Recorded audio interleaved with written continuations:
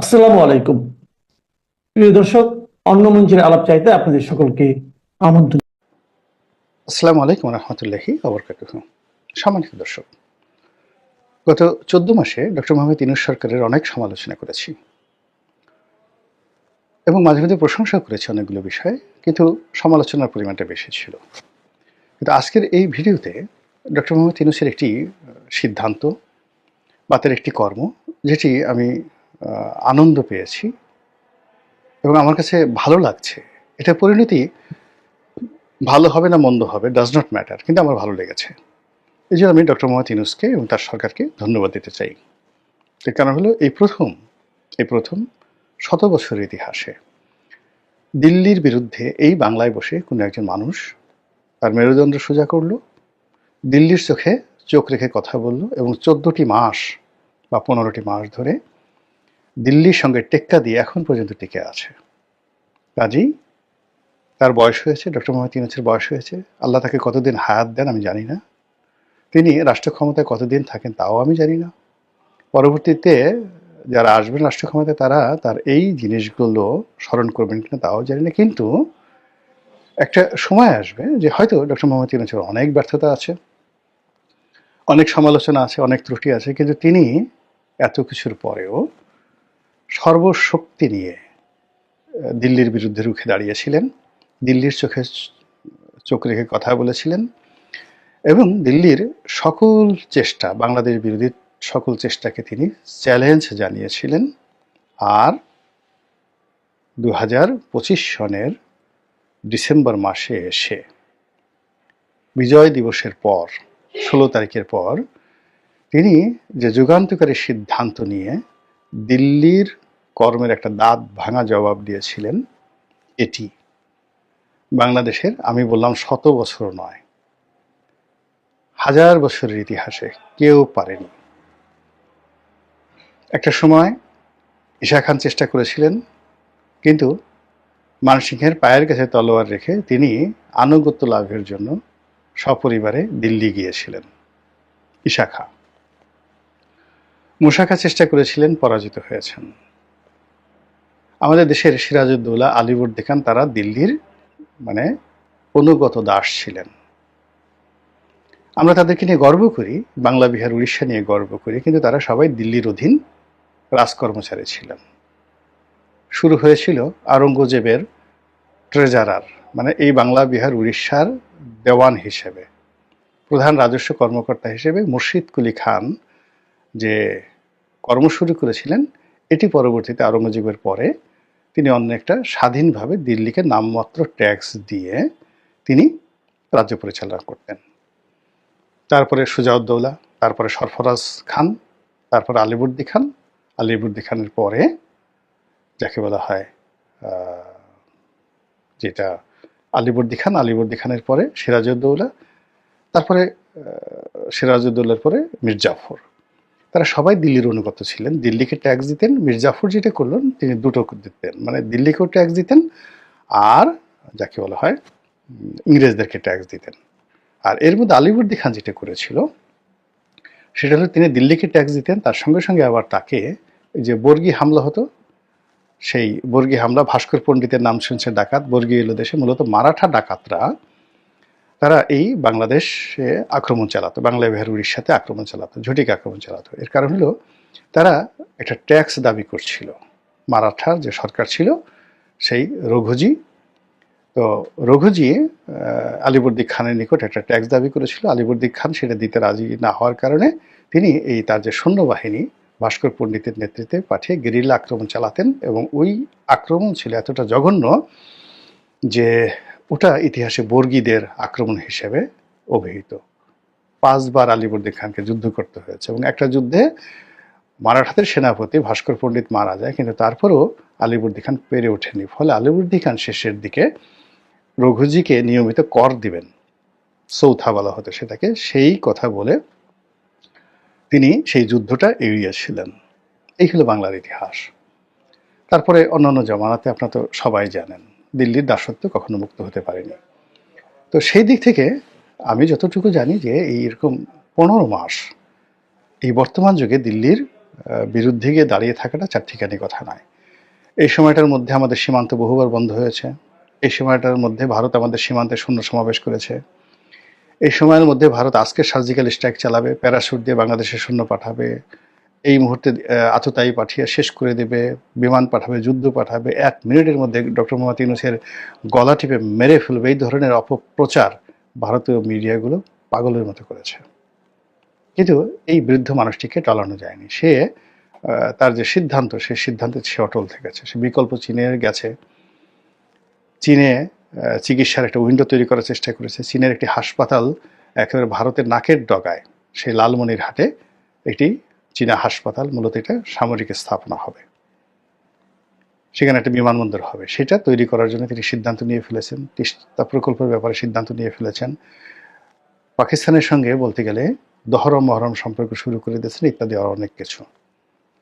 এ থেকে নিবৃত্ত করার জন্য ভারত আমেরিকার আশ্রয় নিয়েছে, আমেরিকার লবি ব্যবহার করেছে, কিন্তু কোনো কাজ হয়নি। ডক্টর মোহাম্মদ ইউনূস আর সে কাজ করেই চলেছেন। এতে করে আমাদের হয়তো ক্ষয়ক্ষতি হয়েছে অর্থনৈতিকভাবে, আমাদের প্রশাসনিক অনেক সমস্যা দেখা দিচ্ছে, অনেকগুলো ভারতের দালাল যারা আছে তারা সরকারকে সাহায্য সহযোগিতা করছে না, ফলে বলতে গেলে একটা প্রশাসনিক ম্যাসাকার হয়ে যাচ্ছে। কিন্তু তারপরেও তার এই যে ভারত বিরোধিতা, এদেশের যে সাধারণ জনগণ, তাদের মধ্যে যে একটা বেদনা, অপমানের একটা বিশাল কষ্ট। ধরেন আপনার বাড়ি জমিদার বাড়ির পাশে, সৈয়দ সাহেবের বাড়ির পাশে, তালুকদার সাহেবের বাড়ির পাশে, বাড়ির সামনে দিয়ে ঘোড়ায় চলে যেতে পারবেন না, দাড়ি রাখতে পারবেন না, দাড়ি রাখলে ট্যাক্স দিতে হবে, বাড়ির সামনে দিয়ে ছাতি মাথায় যেতে পারবেন না। এই জিনিসগুলো তো অহরহ হচ্ছে। তো ভারত আমাদেরকে আসলে এই স্বাধীনতার পর থেকে আজ পর্যন্ত এই অপমানজনক আচরণ তারা আমাদের সঙ্গে করে আসছে।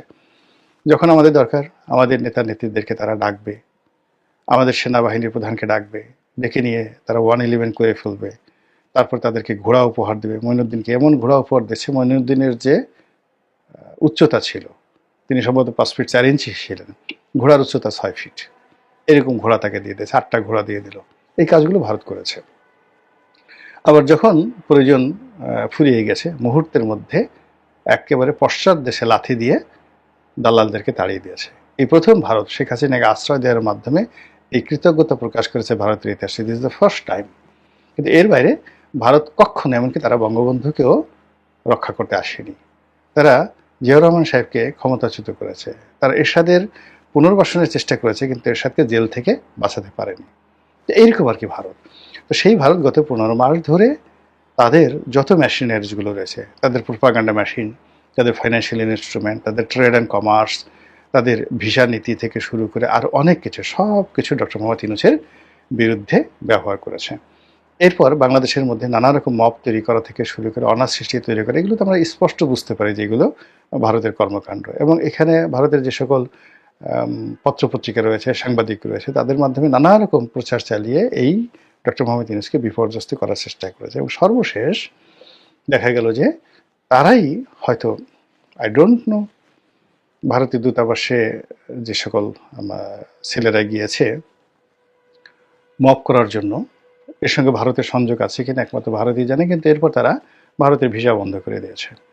আর উল্টো এই ঘটনাকে উপলক্ষ করে তারা দিল্লিতে, আগরতলাতে, যাকে বলা হয় মণিপুরে, মুম্বাইতে ভারত বাংলাদেশের যে কনসুলেট অফিস রয়েছে এবং দূতাবাস রয়েছে, সেখানে তারা বিক্ষোভ প্রদর্শন করেছে খুবই নোংরাভাবে। এবং সেখানে ডক্টর মোহাম্মদ ইউনূসের পুষ্পোত্তলিকা দাহ করা হয়েছে, তার ছবিতে তারা নানা রকম জুতো মারা থেকে শুরু করে নানা রকম অসম্মানজনক আচরণ তারা করেছে, এবং সেগুলো আবার ইন্টারনেটে তারা ছড়িয়ে দিয়েছে। তো এরই প্রেক্ষিতে ডক্টর মোহাম্মদ ইউনূস সেই ভারতের যে রাষ্ট্রদূত, তাকে ডেকে পাঠিয়েছেন। এটা নজিরবিহীন। এর আগেও তিনি একবার ডেকে পাঠিয়েছিলেন, এটা দ্বিতীয় তাকে ডেকে পাঠানো হলো। আবার একই সঙ্গে তিনি ভারতীয়দের বাংলাদেশে আগমন ভিসাটা বন্ধ রেখেছেন। দিল্লি থেকে, তারপর আগরতলা থেকে, মণিপুর থেকে এবং মুম্বাই থেকে কোনো ভিসা ইস্যু হচ্ছে না। কলকাতা থেকে ইস্যু হচ্ছে কিনা আমি বলতে পারবো না। তো এই যে একটা অবস্থা তৈরি হয়েছে, এবং সেই অবস্থা এখনও পর্যন্ত ডক্টর মোহাম্মদ ইউনূস ভারতের কাছে নাক খত দেননি, মাথা নত করেননি। এবং তিনি এই যে ভারতীয়দের ভিসা যে বাংলাদেশ বন্ধ করে দিতে পারে, এটা বাংলাদেশে কিন্তু এই ঘটনার আগে কেউ কল্পনাই করতে পারেনি। সবাই মনে করতো যে ভারত ইচ্ছা মতো যাইছে তাই করবে, যখন ইচ্ছা তখন সিদ্ধান্ত নেবে, আমাদেরকে অপমান করবে, লাঞ্ছিত করবে, আমরা শুধু চেয়ে চেয়ে দেখবো আর বাঁশি বাজাবো, অপমানিত হব। কিন্তু আমাদের এই দেশের, আমাদের যে ভারতের বিরুদ্ধে কিছু করার আছে, সিদ্ধান্ত গ্রহণ করার ক্ষমতা আমাদের আছে, আমরাও যে ভারতের রাষ্ট্রদূতকে ডেকে পাঠাতে পারি, এবং আমাদের রাজনীতিবিদরা যেভাবে ভারতের দূতাবাসে যাওয়ার জন্য পাগল হয়ে যায়, তাদেরকে ভারতীয় দূতাবাস যদি একটা চিঠি দেয় যে আসো, আজকে আমাদের র্যাডিসনে একটা খাওয়া দাওয়ার অনুষ্ঠান হবে, এবং তখন দেখা গেল যে এক সপ্তাহ আগের থেকেই সেই রাজনীতিবিদ জামা কাপড় পরবে, গায়ে সেন্ট মাখবে, আতর মাখবে, কীভাবে সেই রাষ্ট্রদূতের সামনে গিয়ে দাঁড়াবে, এইগুলো মহড়া করতে থাকে। আর আপনি যদি নিষেধ করা তো দূরের কথা, তাদেরকে যদি শিকল দিয়ে বাঁধেন যে আপনি যেতে পারবেন না, তারা সেই শিকল ছিন্ন করে, রীতিমতো শিকল ভেঙে, দানবের মতো শিকল ভেঙে তারা চলে যাবে সেই ভারতীয় দূতাবাসে। এই কালচারটা আমি দেখেছি। তো এই যে কালচারটা, সেই কালচারটা ভেঙে দিয়ে এই প্রথম ডক্টর মোহাম্মদ ইউনূস যে সিদ্ধান্ত নিলেন, ফলাফল যাই হোক না কেন আমার ভালো লেগেছে, ব্যক্তিগতভাবে ভালো লেগেছে। এই ভালো অব্যাহত থাকুক। ভারতের সঙ্গে আমি কখনোই শত্রুতা চাই না, বন্ধুত্ব চাই, কোঅপারেশন চাই, এবং সম্মানজনক তাদের সঙ্গে একটা নিষ্পত্তি চাই। এখন যে একটা পরিস্থিতি তৈরি হয়েছে, সেই পরিস্থিতি কোনো চক্রান্ত দ্বারা, ভয় দ্বারা, হুমকি দ্বারা, কিংবা অন্য কোনো তৃতীয় পক্ষের নেগোসিয়েশন দ্বারা শেষ হোক, এটা আমরা চাই না। আমরা চাই ভারত আমাদেরকে বুঝুক, আমাদের জনগণকে সম্মান করুন, আমাদের রাজনীতিবিদদেরকে সম্মান করুক, রাষ্ট্রকে সম্মান করুক, এবং আমাদের সঙ্গে একটা মানে দেশের সঙ্গে দেশের সম্পর্ক তারা গড়ে তুলুক। এবং সেক্ষেত্রে আমরা সবাই ভারতকে সমর্থন দেব। আমরা তো প্রতিবেশী পাল্টাতে পারবো না, কিংবা আমরা ভারতের সঙ্গে দীর্ঘমেয়াদে লড়াই সংগ্রাম করতে পারবো না, কিন্তু আমরা তো প্রতিবাদ করতে পারবো, এবং সেই প্রতিবাদের জায়গাটি ডক্টর মোহাম্মদ ইউনূস দিয়েছেন। এই জন্য আমাকে মনে হচ্ছে যে না, আসলে তিনি একজন বাপের বেটা। মহান আল্লাহ আমাদের সবাইকে হেদায়েত দান করুন এবং হেফাজত করুন। আসসালামু আলাইকুম ওয়া রাহমাতুল্লাহি ওয়া বারাকাতুহু।